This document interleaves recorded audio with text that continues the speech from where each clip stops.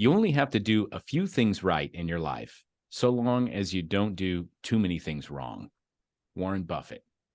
DZ Tribe, Josh Thomas. Glad to have you. Be sure to follow and subscribe to The Do Zone on Apple or Spotify. This podcast is brought to you by Unbreakable Teams. We help entrepreneurs build the systems they need to crush their goals, the teams they need to execute those systems, and the accountability they need to make sure it all gets done. We are your fractional operations managers and strategic partners. If you're ready to take your business to the next level and you know you can't do it alone, go to unbreakableteams.com now to learn more. Today's guest is Betsy Pake. Betsy is a master mindset coach, a board-certified trainer of NLP and hypnotherapy, and founder of the Alchemy Institute. As a best-selling author, speaker, and host of the popular podcast, The Art of Living Big, Betsy creates opportunities to shift your mindset and change your life. Betsy, welcome to the Do Zone. Say what's up to the tribe. Hey, everybody. Tell us something you believe is the key to getting stuff done that most people wouldn't think of. The key to getting stuff done that most people wouldn't think of is that you have to change into the identity of who you would be when you got what you needed to get done. It's all about identity. You know, that reminds me, thank you for sharing that. That reminds me of there's a book back here on my shelf called The Miracle Equation by Hal Elrod. Oh, yeah. Mm-hmm. And one of the things that Hal talks about in that book is he says it's not about hitting the goal. It's about becoming the person who can hit the goal. Yeah. And that's another kind of variation of what you just said. It's taking the actions that a person who can do that would take. Hey, dive into that a little bit more for me, because I love the fact that we take our minds off of the thing that needs to get done and onto the things that need to get done so that you can complete the thing. Tell me more. Yeah. And I think people get this backwards all the time. And we see it over and over again at New Year's resolution time, right? We'll use weight loss as an example because that is a goal that I hear people have all the time. But by the middle of the month of January, they've already let go of that goal and moved back into their old patterns. And I think that happens with lots of different goals that we have, whether it's weight loss or something with our business or anything that we've got on our minds. And it's because we go at it from the wrong direction. We go at it from the aspect of our environment and our behavior, right? Which makes a lot of sense. Like that's the first thing we think of. Like, I want to achieve this thing. So what am I going to do every day? Right. And I'm going to join a gym. I'm going to meal prep. Right. But because those things are conscious, right? Behavior, environment, it's conscious. Where I am putting myself, what the things I'm doing, they're conscious. The moment that I'm not thinking about that goal, I default to my patterns, and those patterns are unconscious.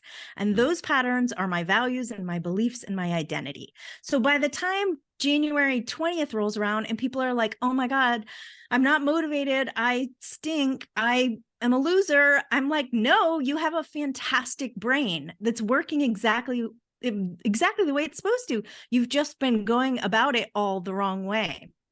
So like what Hal says, right, is who you become on the journey is the one that gets the goal. There are goals I have right now that I haven't reached, and I haven't reached them because I'm not the version of me that's reached them. Once I am that version, it will become like obvious, the next thing. Of course that happened, right? Mm-hmm. Yeah, it's such a powerful thing. You mentioned values, beliefs, and identity. Did I get it right? Yep. And so it's easy for us to consciously manipulate our behaviors and our environment. Mm-hmm. That's something that we can see with our own two eyes and we can feel with our own skin.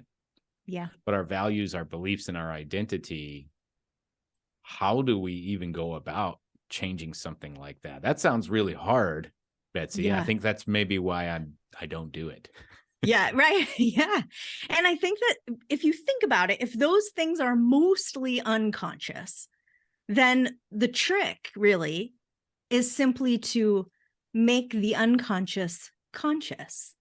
And once you do that, then you have free will.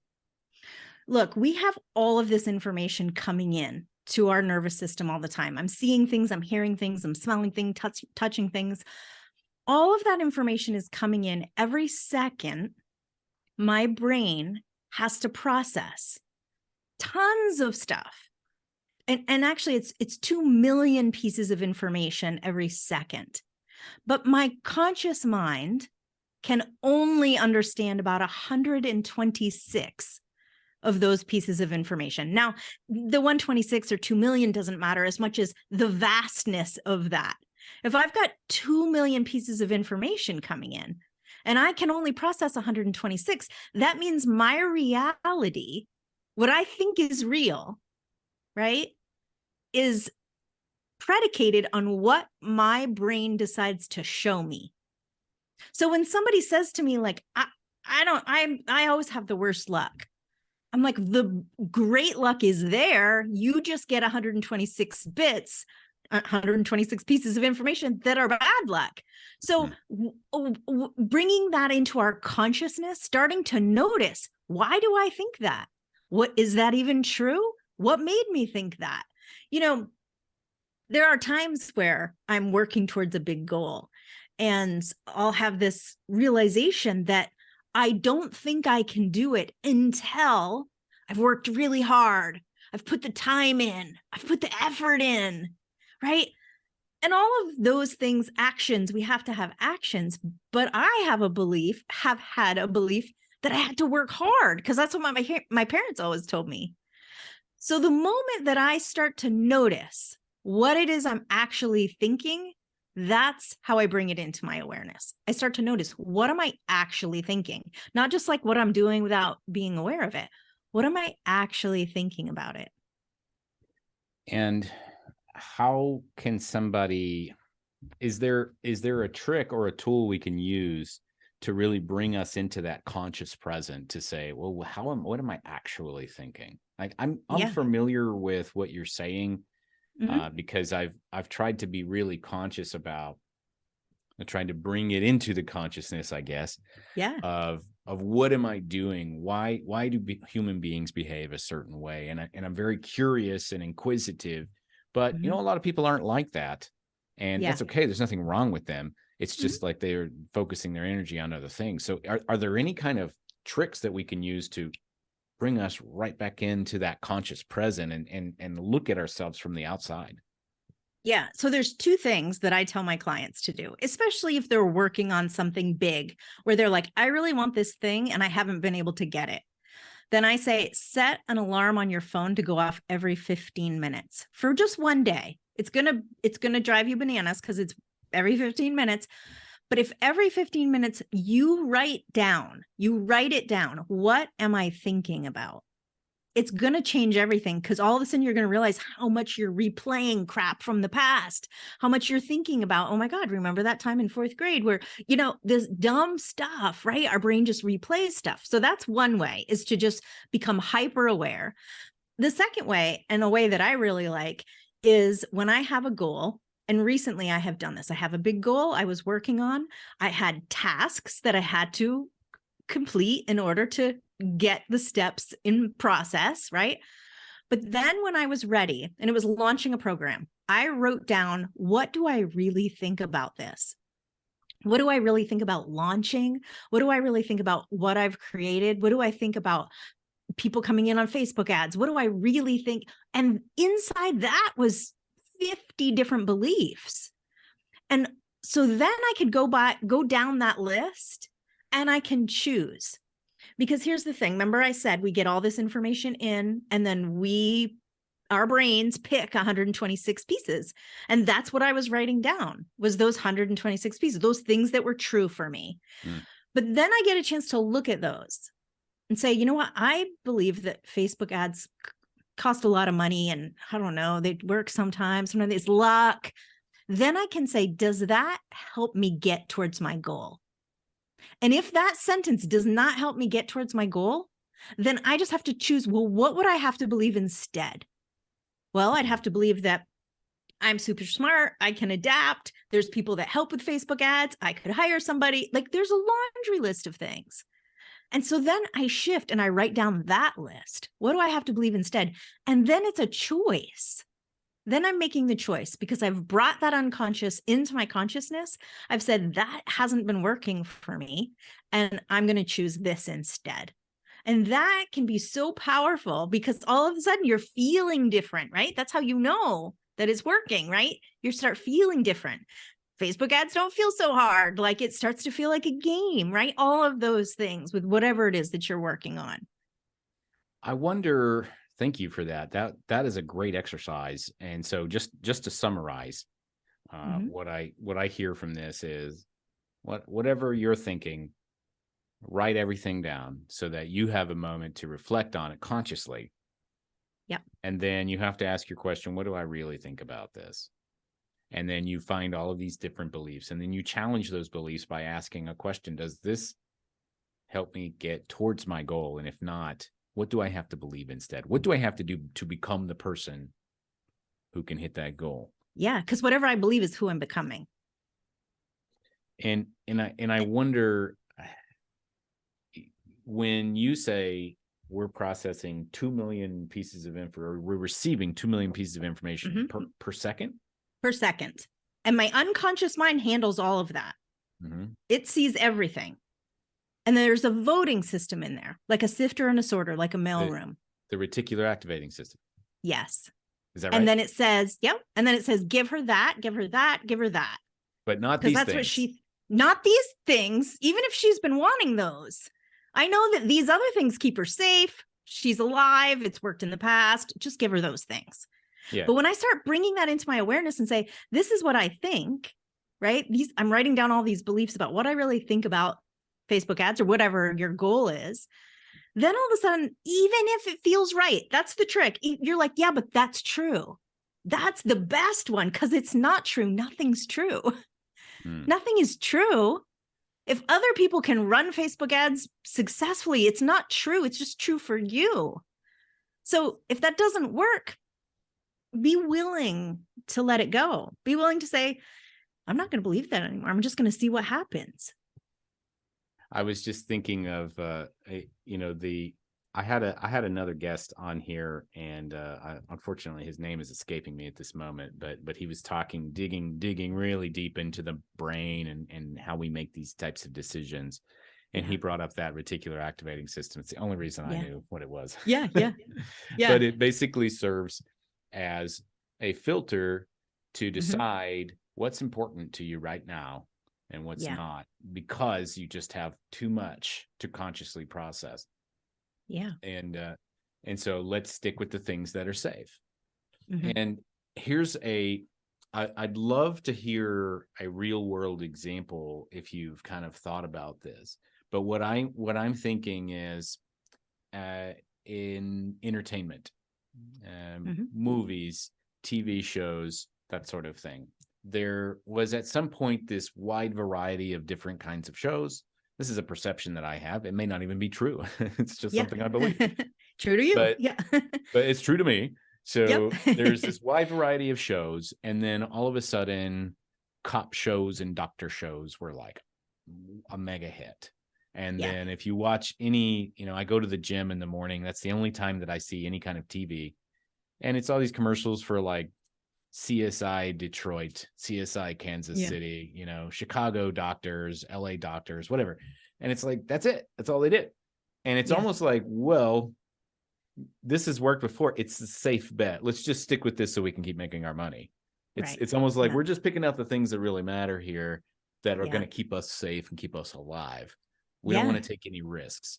I see that in entertainment, like I don't really like comic book movies, but it's really hard to go to the movie theater and not see a comic book character. So what are some examples that maybe you've seen of the comparison of 126 bits of data versus the 2 million that you receive? Yeah. Well, I mean, I use the weight loss example a lot just because so many people can relate to it. But people will tell me like health is super important to me. Health is so important to me. And so I'll say like, what have you done the past 3 days? And they're like, oh, well, I got drunk 2 nights ago. You know what I mean? Like there's all these other things. So even though it's right in front of our face, if we believe something, we believe our metabolism's slow, we believe we're big boned, we believe that is what we see. So I think your example is great of TV shows. We start to notice those TV shows, just like YouTube. You go to YouTube, and if you look at one kind of video, you choose that video, the algorithm is going to know. Facebook, it starts to know what you interact with. Your brain is just like a Facebook algorithm. It knows what you interact with, and then it's going to show you all of that, even if it's totally obvious to somebody else looking in what you're really doing or what's really going on with you. That's why I think it's so important to have either really good friends that can reflect or a coach of some sort. I always have a coach because I am a big denier of all things. But that system Right. will show us over and over. Yeah. And so talk to me a little bit about, first of all, I love where this conversation is going, but I'm a little more curious now about you. You entered a weightlifting competition, and were not naturally a weightlifter until recently. Is that right? Yeah, well, so this was probably about a decade ago. So I'm in my 50s, Okay. but when I was in my early 40s, I've always been somebody that worked out. Back in my 20s, I ran a marathon, but honestly, I came through the finish line and then said, I'm never going to run again unless it's raining out and I have to get to my car. You know what I mean? Like I did that, check it off the list, but I've always been active. But yeah, I decided to compete in Olympic style lifting. So the snatch and the clean and jerk. Now, the really cool thing was that, there's not a lot of 40-year-olds, at least at the time, that did it. So I ended up moving right up. I mean, I won a medal at the Pan Ams. I got invited to Worlds, which was, I think, in Finland at that time, or Germany, I guess. So it was just really cool. But it was interesting because I could see my identity morphing as I got better and better. And then it was the kind of thing where we would go on vacation and I would make the hotel reservation. And then my next thing would be to call a gym in the area and just see if I could stop by and lift. It was so fascinating because that was my identity, was I'm an athlete now. So this is what I do. Now I'm in my 50s. I got to tell you, I bring like my bathing suit and flip-flops, but I'm not calling the gym. It's not good or bad. It's just my identity shifted. Now I used to be an athlete is my identity in so many ways. And I still work out. I'm not saying that. I still do CrossFit, but like when you really embed yourself in an identity, when you really step into it and say, I am going to be this, it starts to change. Your behavior and your environment don't matter. It didn't matter that I was going on vacation. I was getting to the gym, right? I didn't have to meal prep and join a gym. It was who I was. Yeah, I'm so happy that you shared that because it was a great example of everything that you've been saying to this point. You were a marathon runner, you weren't really a lifter, and you said, you know what, I'm gonna give this a shot. And then you started becoming the person who could accomplish those goals, so much so that you were changing your reality and changing your habits to accommodate who you are in this situation. And then people reacted to me differently. Then all of a sudden I was an athlete and they were catering to that identity, right? I would show up places, they would make time for me to come lift, even though the gym was supposed to be closed. Do you know what I mean? She's an athlete. Like people respond differently. Have you ever seen that book? Not that book, the movie with Amy Schumer. And it's called, I think it's called like, I Feel Pretty. Okay. Yeah, no idea. Basically, she is supposed to be this like chubby chick, which she's not, but she is supposed to be in the movie. She trips and falls and hits her head and wakes up and thinks she's fabulous and starts acting totally different. She gets a great job. She gets a great guy. Everything in her life improves. The only thing that's different is that she thinks she's different. Mm, What she thinks she's worthy of, who she thinks she is different. So people respond to her differently. mm, So when people think like, yeah, but I want to have this huge career. I want to meet my goals. I want to be the kind of person, but nobody helps me. Nobody steps up and does. If you start acting like that, people have to respond to you different because you're different. So that was another big thing, is I just noticed people catered to me because I was an athlete. And so they did what I needed to do to continue to be that.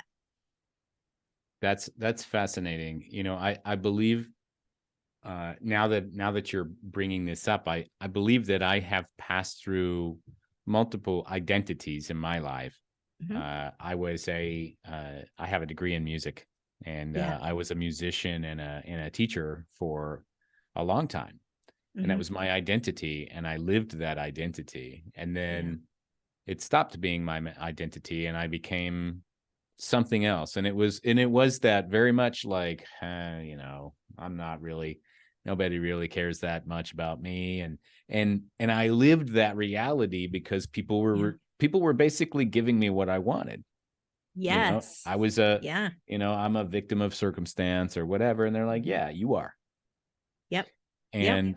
And at some point I just realized, like, you know what, this is stupid. I'm tired of this. I'm just going to get up and take control of the situation. And Mhm. I became that, Yes. you know, And and that's the thing, is you get to choose every minute. You get a new choice every minute. You don't have to wait till tomorrow or Monday or New Year's or anything. yeah, You could just choose, like, I'm going to be this. Like, I, I'm going to be this. I I said to was my husband, oh, go ahead. just really quick, let me finish this Yeah. point here. But I was never I was never an athlete. I was never someone who worked out. I didn't know how. I didn't have the pedigree or the instruction. My eating habits were terrible. Mhm. But at some point, I just got tired of that and decided, you know what? I'm going to be the person who gets up at 5 o'clock in the morning and Yeah. goes to the gym and eats healthy. And I'm not a morning person. I'm not a workout guy. I'm not an eat healthy guy, but I Yeah. became that. And Yeah. because I became that, other people responded to it. And they're like, oh, wow, you're in great shape. And I'm like, Yeah. really? Yeah. Right. I am, huh? Yeah. And Yeah. then I started saying, I remember very clearly, you'll love this because had never been able to say this in my life, Betsy, but I was sitting at the doctor one time and I had a unrelated issue or whatever. And I looked Mhm. at the doctor and I said, I'm in great shape, but I have this problem.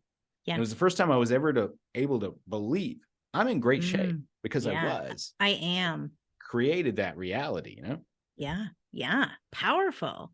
It Yeah, is. anything that we say after I am. So just start to notice, when we say like I am a loser, I am so stupid, right? People say that sometime to themselves. And I'm like, oh my God, your unconscious mind hears that and uses it as a sifter. Mm, I said to my husband recently, we just had our 10th anniversary, and relationships can be hard sometimes. There's always a up and a down with things.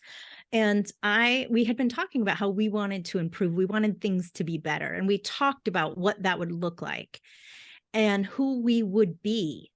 And so I was like, I think I would be the kind of wife who, right? And I had this whole story. And he was like, yeah. So I said to him, can I just do that? Like, will you allow me to just change? Like, I'm going to develop a new personality that's this kind of wife that I want to be. And he was like, okay. And I'm going to do this that way. And it sounds so silly, but like, it allowed me to put on a character and be that. Like, if I want to be that, be that. And it might take some practice. It might feel like cosplay a little bit in the beginning, right? Well, I get used to being the kind of wife that has dinner ready. Like, but like, that's how you step into it. And I think sometimes getting permission from somebody, you're not going to think I'm dumb if I do this, are you? Like, one of the things I said is, I really want to make bread. I want to be the kind of wife who makes bread. He was like, I don't care if you make bread. I don't care. I said, I think it's a whole personality. I want to be like a bread maker, And so I said, do I have permission? Can I just be that? And he was like, yeah, do it. Like, what kind of bread are you going to make? It sounds so silly, but it was an exercise, I right? think In stepping into it. I think it sounds amazing. Especially in a couple in a relationship, we do kind of get stuck in our ways a little bit, and we start to, as human beings, because we can only process those 126 things. Yeah. Most of those 126 things out of 2 million are about us. Yeah. And there's not a whole lot of room for problems of somebody else unless those problems are an immediate threat to us. Yeah. Yeah. Yeah. And so when you start asking those questions of like, well, what information am I actually processing about this other person? If I were in their shoes, and this is like, for me, the best trick is Yeah. this. It's very hard for me to think about somebody else if I've got such limited bandwidth. And Yeah. so the best way that I can think about somebody else is through empathy. If I were in this position to where I was receiving the behavior that I'm giving, how would I feel? Yeah. Yeah. How would my relationship be? How would my confidence be in this relationship? How would I react? And sometimes it's like that doesn't solve any problems, but it helps you understand, like, why are you so mad? Like, oh, I get it. I did a really stupid thing. Now I understand. Yeah. Yeah. Yeah. I think about sometimes when I come home, right? I have a dog. When I come home, he's so excited to see me, right? It doesn't matter if I've been gone 5 seconds or 5 hours. He's super excited to see me. And I realize when my husband comes home, I'm working all day. And then he comes in and I say, hey, do you have a good day? And then I was like, I want to be like the dog. Like, I want to be super excited to see you. It's as simple as that, as saying, I want to be that. I want to be really excited. I want you to come home and feel like super happy that someone's super excited to see you, me and the dog. Can I do that? Yeah, do it. And then you get to try. So I do think sometimes we have this idea in our heads of what other people will accept from us. And if you just ask, would you accept this? Would you accept it if I was a 5:30 a.m. person? Would you accept it if I was super focused in on my goals, right? Would you accept it and then they can help support that identity. I love that. And, speaking of these mental shifts that you make, one thing that you have mentioned in the past is about being at cause. Can you tell me more about that? Yeah. Yeah. I had this conversation with my daughter the other day. She's in her 20s. And she was very much like at effect. Well, this happened to me and work is hard. And, I don't like so-and-so and everything is. And so I said, what if instead of them making you feel bad, what if you were at cause? It gives you your power back. Then it could be like they behaved this way and I chose to feel bad about it. So what is there in there for me? What is there in there for me to heal, for me to let go of?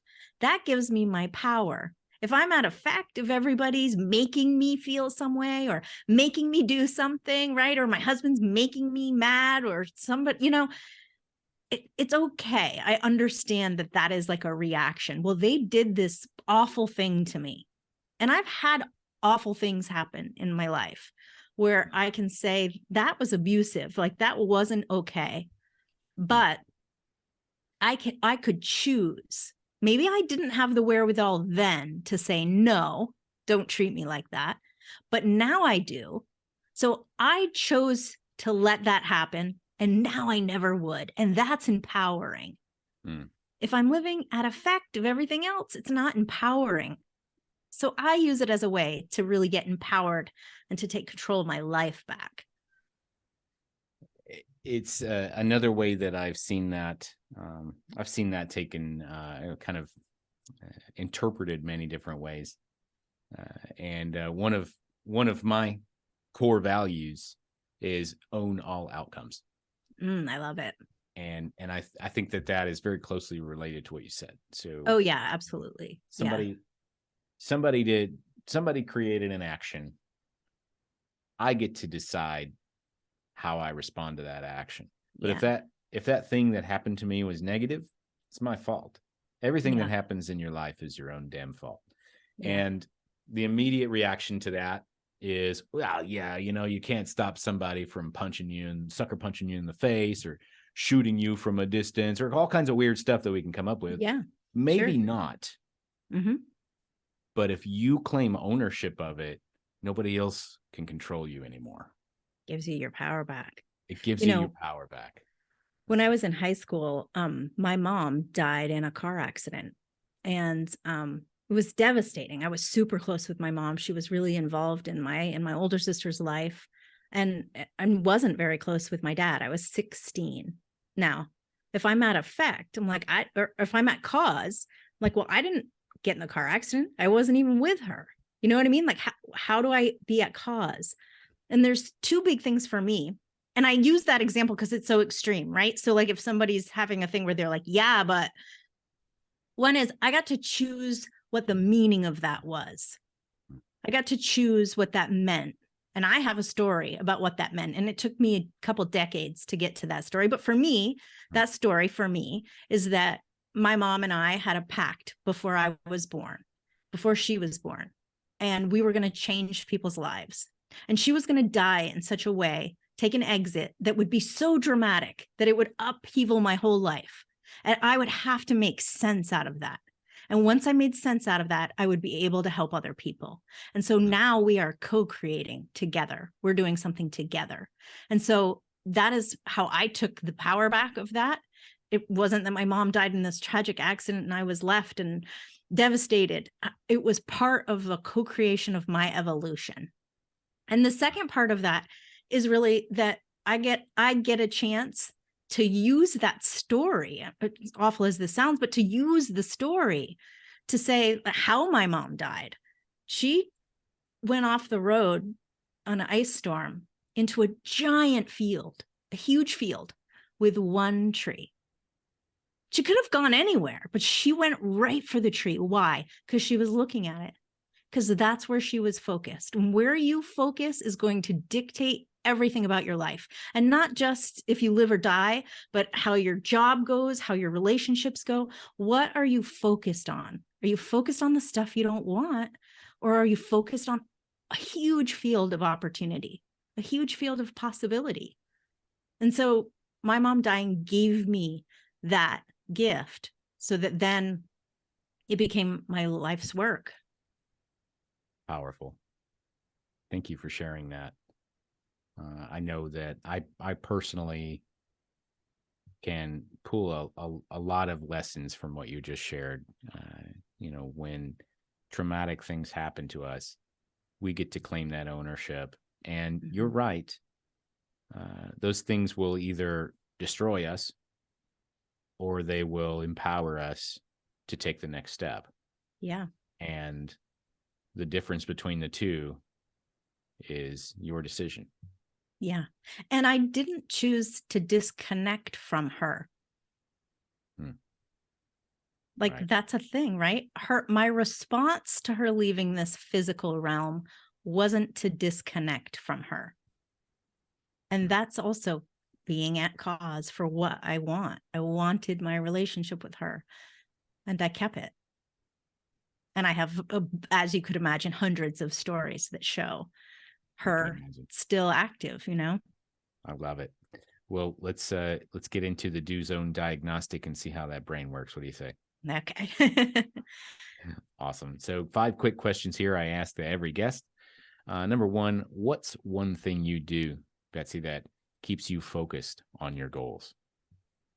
I visualize them every morning in the shower. And how do you get back on track whenever you lose that focus? I really notice where I'm going, like what I'm actually thinking about. And I am one that when I think about things, whether it's good or bad, I get a lot of detail. I think about it. I hear it. I smell it. I can feel it. Right. So if I'm in the shower and I'm doing my morning, I like to walk through the whole day, my visualization of what I'm going to do, how I'm going to experience it. What's the magic I expect? And I really get in the emotion of that. And then if I get off track, I notice there's a lot of emotion. That's what really clues me in. And then I can say, okay, I've got a choice. And then I redirect to what I already decided in the shower. Now, one quick thing is that I believe that our brains create my reality, right? And so if that's true, why would I just get up and get going? So I get up when I get in the shower. That's like one of the first things I do. I go through my whole day and how magical it's going to be and how I'm going to feel so good. You know, you and I were meeting at 5 p.m. And so I was like, I am going to feel energized right before I'm going to get this shot of energy. I'm going to be so excited. And I did, you know, so making that choice, making that decision. Well, I have that effect on people, obviously. Yes, I'm sure. Sure. Awesome. Thanks for sharing that. And so who is your support group and how do they keep you accountable? So I actually have some great people that work with me that I joke all the time. There's one person that's like really my right hand woman. I call her my magical unicorn. In fact, in all of our stuff, she is called the magical unicorn. And so, yeah, she's a really great at redirecting. So if I say, that's going to be hard, she'll say, no, like, no, it's not. So having somebody that's on the same wavelength as you, talks the same language is so important. And my husband as well. He's really good about saying, if I start going down, because we all have things that are hard. And I say, oh gosh, last week I was sick. Oh, I don't feel good. I got a cold. And he'll say, that's right. You have a cold. And then my response to that, I have to say, that's right. Colds get better. And he'll say, that's right. Colds get better. You're already feeling better. And I say, that's right. I have to come up with the next thing. So we play this game back and forth. Really helps to keep you going. That one little thought, that one little nugget can take you somewhere else. Yeah, that's right. Yeah, that's right. The that's right. Here, another, you know, you're just going down my shelf here. That's Never Split the Difference. Chris Voss, the goal. He was an FBI negotiator. Yeah. And it's a fantastic book about psychology. Everybody tells me to read that book. I haven't read it, but everybody tells me that was the final straw. I will get that book. but one of the goals that he has in any kind of negotiation is he wants to say things to the people in that high stress situation. He wants to say things to get a very specific response. And he wants them to say, that's right. He wants to be able to say something to where they respond and say, that's right. Because now he's got them lined up on the same page with it. So that's fascinating. Yeah, I got it. Yeah. I love it. And so how do you approach a difficult project that you're not sure how to complete? Really, really small steps. So I will break down even something that might seem to you like a small step. If I have any procrastination towards it at all, I will break it down into even smaller steps. And I actually have a process for this. I call it Chase. It's free on my website, but where I will write down, I'll set a timer and I'll just break that one project down into teeny tiny steps, so small that it might only take like 2 minutes to do it. That way it starts me going, right? And once I get going, then it picks up momentum and keeps going. Love it. And last question, what's the number one pro tip you would give to someone looking to get more stuff done in less time? To get more stuff done in less time, I think it would be to give yourself some grace. To give yourself some grace, to say, like, I'm going to forgive myself for all the times I haven't done what I expected of myself. Because I think if you're carrying all that baggage in, that's what your sifter is noticing. So just forgive yourself for everything you've done wrong, air quotes, everything that didn't work out the way you wanted, every outcome that you've had that didn't go how you wanted, and say there were lessons in there and there were things I had to go through in order to get to here. And I'm never starting over. I'm just going from here. I'm just continuing. Awesome. That's great. And so tell us, this is the most important question. What is the secret to living big? Starting what is small. The art of living big? Really living big is really about doing the most you can do with the container that you have. Look, we can't all be Oprah, right? But we have a container, and how can we be as big as we can? I always think about like a dandelion in the concrete, right? It's not populating a huge field because it doesn't have that opportunity, but it can grow as big and strong as it can in the space that it has. And I think really living big for me is getting as big as you can. You know, quick story. When I maybe 7-8 years ago, I really wanted to be a speaker. and my daughter was sick when she was a teenager, and I couldn't go get speaking gigs because I couldn't travel. I never knew what was going to happen. And so I decided one day, I was like, what is it I really want? I was so frustrated, even though she was sick and I had compassion for that, there was still goals and dreams and things I wanted. And so I was driving by a Panera Bread, and I called and I just talked to a manager, and I said, hey, you guys have like that little room, with the doors that shut. Can I use that like once a month and have an event? And they were like, sure. I mean, they gave it to me for free. Yeah. And I put an event on Meetup. I just said, we're going to have a keynote speaker every month. They didn't know it was me every month. And people came. I mean, I ended up getting a huge group of people that would come every month, and I would speak. I got to be as big as I could in the container that I have. And now I travel all over the country and speak. So I couldn't have done that to the extent and the capacity and how good I am at it now if I hadn't done that. It was a gift. And so I'm curious, you were the dandelion. Yeah. You were the Panera Bread dandelion. Yes, that was the Panera Bread dandelion. Yeah. You were that little chicken noodle soup bread bowl. That's right. That's right. As long as that bread bowl could contain you, it contained you, and then you just blossomed out and you blew out of the bread bowl, and you needed a bigger bowl. That's right. That's great. And so, yeah. but why? Just take me back to, was there a moment where you kind of made that realization? Because you gave a great analogy about the dandelion and the concrete. Was there a moment where that just became clear to you? Maybe during this kind of speaking gig, was it just like, oh, now I get it, and then maybe that's where things started to pivot out? Yeah, I think it was really that moment of, I want to speak and I can't because this thing is happening in my life, and how can I do it with what I have? How can I make it work with what I have? I really think it just came from, I think a lot of people like me always want to be expanding and growing and trying new things. And in that situation was stifling. And so it was me just really wanting to create my own container to do what I could for myself in that space, really to remain healthy so that I could continue to support her, having my own dreams, like having our goals and dreams is important to us as healthy individuals, to be striving for something, wanting something more. I've run into so many people that, hit their success. They sold out of their company, and, they sat on their fishing boat, and they came back and they said, no, I got to keep going. Somebody give me some work to do, man. I got to keep growing, Yes. Yeah.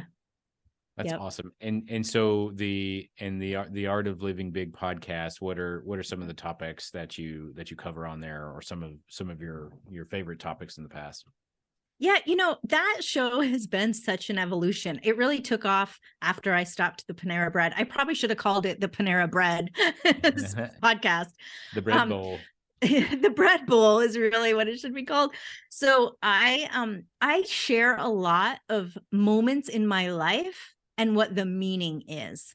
And that sounds like it's stories about me, but the thing is that so many of our stories are universal, right? When I told that story about Panera Bread, I'm sure people that were listening were like, oh, I have a thing like that, or I have a thing I want to do.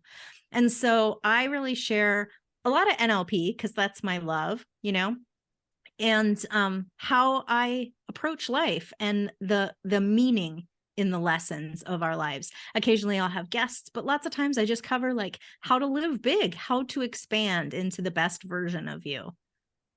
That's great. And it's funny you mentioned that. Well, anybody, I think, has, if you really apply some thought to this, I think anybody probably can find a way to relate to that. And I was immediately, when you made that challenge, like, hey, somebody in the audience, I'm in the audience. So 5 or 6 years ago, I lost a bet and ended up being a co-host on a podcast. And I had no idea how to run a podcast. I was a very shy and timid person. I was not good thinking on my feet. The only thing I had going for me was my voice is okay. Yeah, you have a great voice. Yeah. Thank you. So, but aside from that, I was just this awkward dude, and we started this podcast, and I just, through sheer will, just said, you know what, I'm going to be a podcast host. And we did 238 episodes of that podcast, and it was great. And I learned a ton. I met a bunch of really great people. Yep. We retired that one. I started the Do Zone. I'm, I think 120 plus into this one, and it's only been about a year. And I missed it because I created that, identity. Yeah. I decided that's Yes. who I was going to be. And it did, just like Panera, those first 20, 30, 50 episodes were horrific, Yeah. but after over time, you start figuring out like, oh, okay, I can chill out and I can ask more questions, and my brain is organizing the information differently, and you get better with those repetitions, and you're just confirming that reality that you created. Yeah. Yeah. And that becomes who you are. And when it becomes who you are, then all things start to support it. It's funny because I have thought before, I've had the podcast like almost 7 years, and I've thought like, do I want to keep doing it? And then I was like, I don't know how to not do it. That's right. That's what happened when we retired. I had a co-host, and we retired that podcast, and I sat there without it for like a year and a half. And I was just thinking, well, you lost. Yeah. What am I doing with my life? Like I want to eat. I want to meet new, interesting people like Betsy. I interviewed Cameron Harold 2 days ago. And I want to have conversations. Where else are you going to find an hour to sit down with somebody that really challenges the way that you think about things? Why would they set aside an hour to just shoot the breeze with you? That's what podcasts are all about. Yeah, you get to meet so many interesting people and pick people's brains. Yeah, it's fun. Nice. Well, hey, we're going to wrap up here. Where can everybody go to learn more about you, maybe access your podcast or anything else that you have? Yeah, if you go to my website, which is just my name, if you go to betsypake.com/livebig, that'll bring you to tons of free stuff. All the freebies are there. All the freebies. betsypake.com/livebig. And that's Pake like cake.